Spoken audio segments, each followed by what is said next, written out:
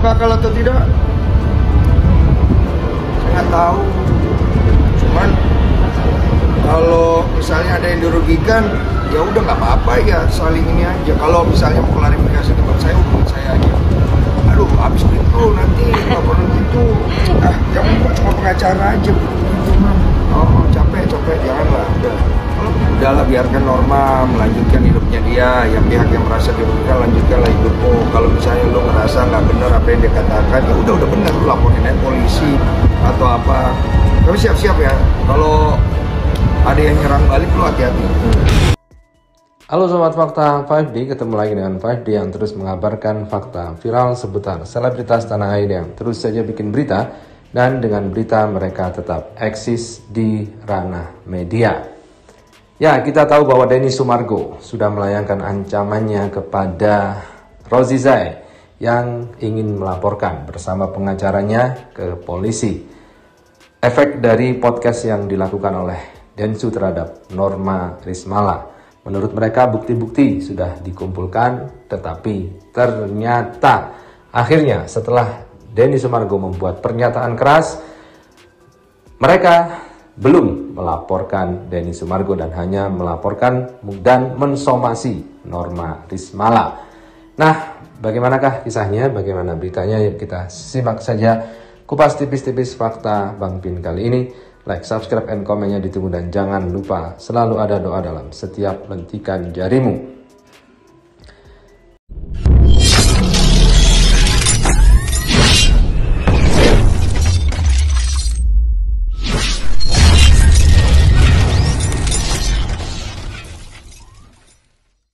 Masuk akal atau tidak?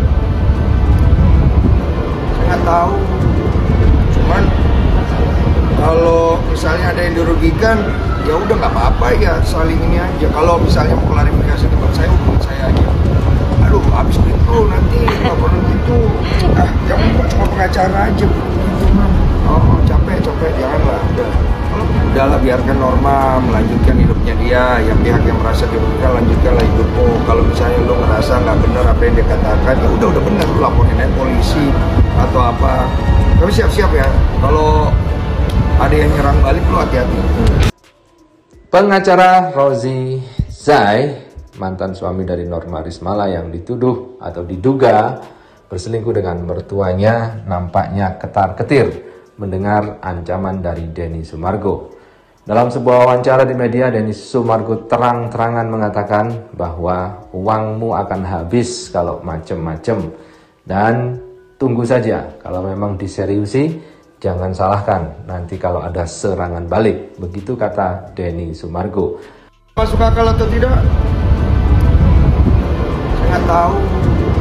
Cuman kalau misalnya ada yang dirugikan, ya udah nggak apa-apa ya, saling ini aja. Kalau misalnya mau klarifikasi tempat saya, hubungi saya aja.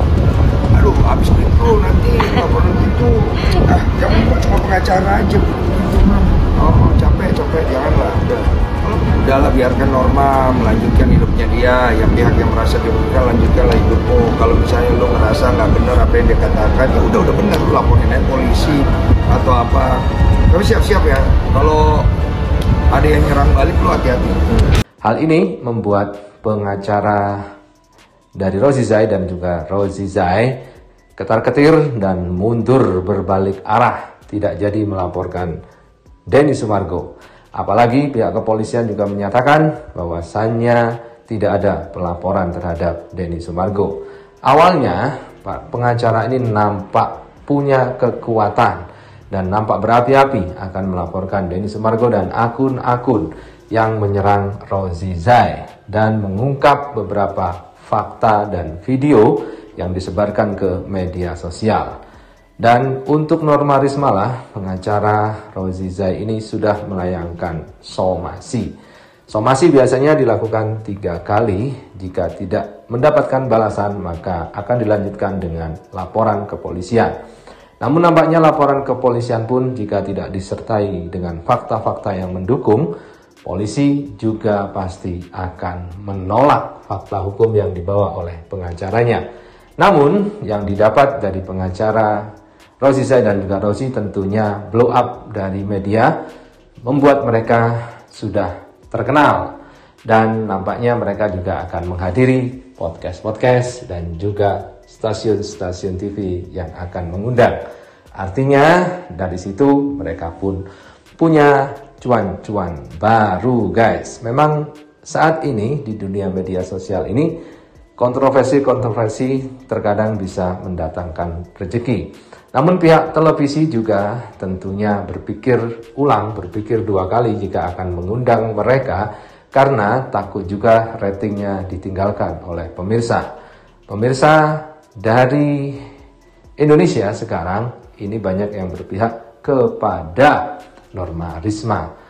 Siapa yang mengundang tentunya nantinya akan punya resiko namanya akan jelek. Meskipun hal itu hanya untuk mengungkap fakta. Tetapi namanya netizen sudah mempunyai bias-bias di kepalanya, opini-opini sendiri yang mana mereka semua mendukung Norma Rismala. Karena memang Norma Rismala merupakan korban yang teraniaya oleh mantan suaminya ini.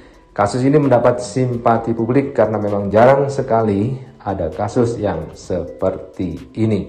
Bahkan pengacara Hotman Paris sampai mengatakan sudah produknya diambil, pabriknya juga diambil. Hotman Paris mengaku kalah dengan Rosy Zai karena Hotman Paris produknya saja masih belum dapat. Begitu kata Hotman Paris. Nah, menarik bagaimana nantinya perkembangan dari kasus ini. Apakah yang dimaksud oleh pengacara Rosy dan Rosy sendiri untuk tenar melalui kasus ini bisa terlaksana? Kita tunggu saja perkembangannya.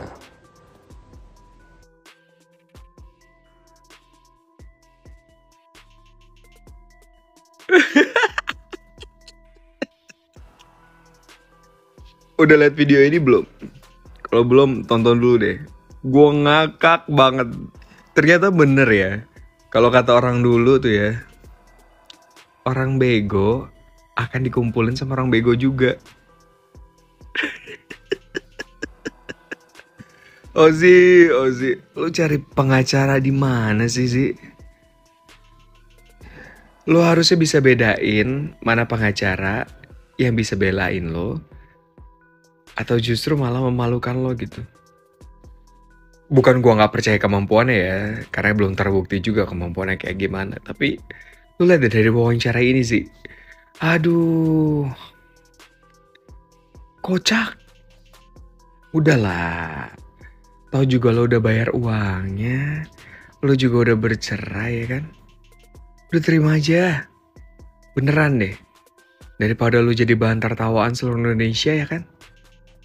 Mending diam, sholat tobat, cuci kaki, cuci muka, bobo. Tapi jujur gue dengan adanya ini tuh hiburan gitu.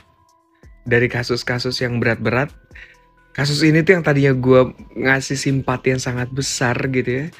Sekarang tuh jadi bahan lawakan aja gitu. Gue ngeliat di TikTok seliweran FYP tentang kalian. Itu lucu dan terima kasih sih sebenarnya udah menghibur kita semua, terutama gue. Dan sumpah kalau misalkan nanti ada produser yang pengen bikin cerita ini, jangan dibikin jadi kayak cerita drama gitu, enggak. Komedi. Lucu banget, parah sih ini.